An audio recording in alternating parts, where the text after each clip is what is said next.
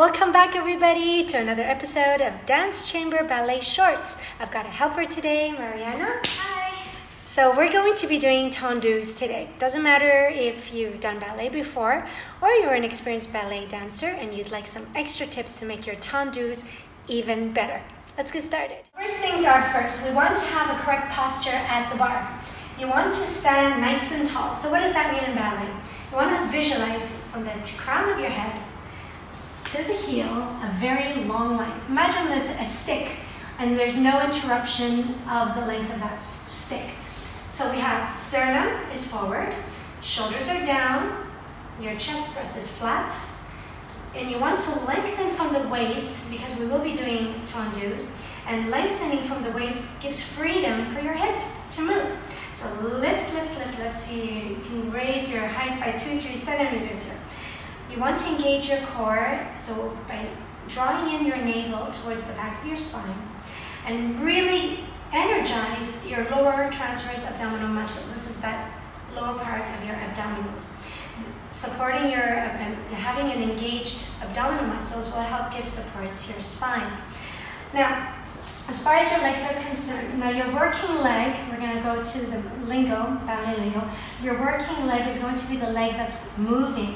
Your supporting leg is the leg that's stabilizing your posture on the floor. So Mariana's working leg is going to be her right foot. You want to have, it's very important now we talk a little bit about your supporting leg. Your supporting leg needs to be fully stretched. If it starts to bend, you want to give us some bad examples, bend that supporting leg. So when you start supporting your, bending your supporting leg, there's going to be problems in your exercise. You're going to feel floppy and your tendu will not look as elegant. So nice and engaged. Well done. Let's talk a little bit about your tailbone. So your tailbone needs to be pointing down towards your heel.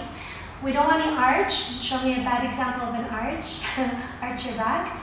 Arch your back so that they can see. So we don't want any of this happening. This is really bad for your back anyways. So you want to guide your tailbone to be down. Squeeze your abdominal muscles and fully stretch those legs. So let's talk about tendu en avant. En avant means that the foot is going to be moving forward.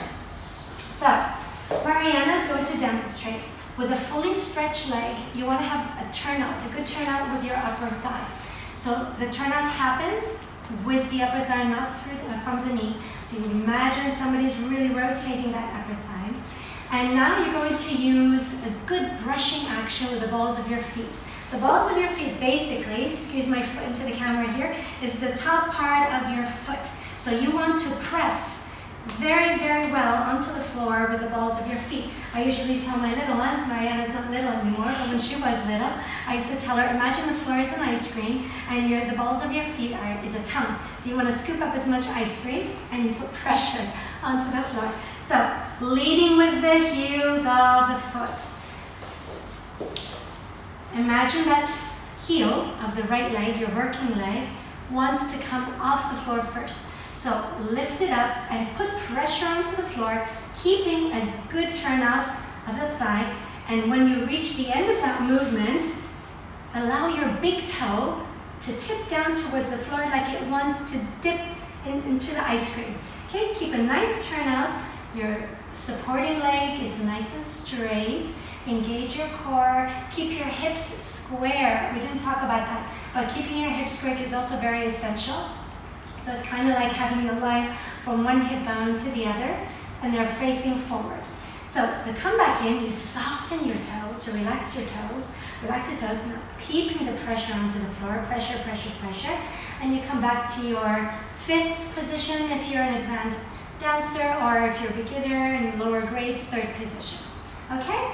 So once more, so release that foot, leading up the pressure, heel is leading, turn out, engage your core, keep your tailbone down, chest lifted, well done, and coming back. So this is your tendu en avant.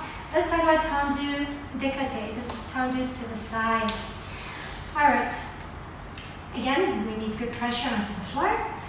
Good pressure and turn out, keep nice square hips. Your hips will want to kind of lose their squareness as you start moving away from the front. But you gotta insist on it and keep those hips facing forward. the lights on the car, you know, the car lights. If those car lights are not really centered to the front, you won't know where you're going. So visualize your hip bones or car lights that always need to be pointing forward in the direction you're driving, right? So here we go. Tendu, décolleté à la seconde. So just turn that heel, keep that heel up, and your big toe is pointing down. Keep your hips square and lengthen from the waist to free up space for the hips to move. Well done. Supporting leg is nice and tight. It's fully stretched and come back to fifth position. One more time. Release the toe. Brush, brush, brush, brush, put pressure. Heel up towards the ceiling. Hips are forward. Turn out from the thighs. And come back to fifth position. Well done, Mariana. So now, once you close from this à la seconde position, you want to close behind. So because you're going to be doing tendus en arrière, right? That's when big problems start to happen. Tendus en arrière is a bit challenging for many dancers because you can't see what's happening behind your body, right? So here we are. Nice turn out.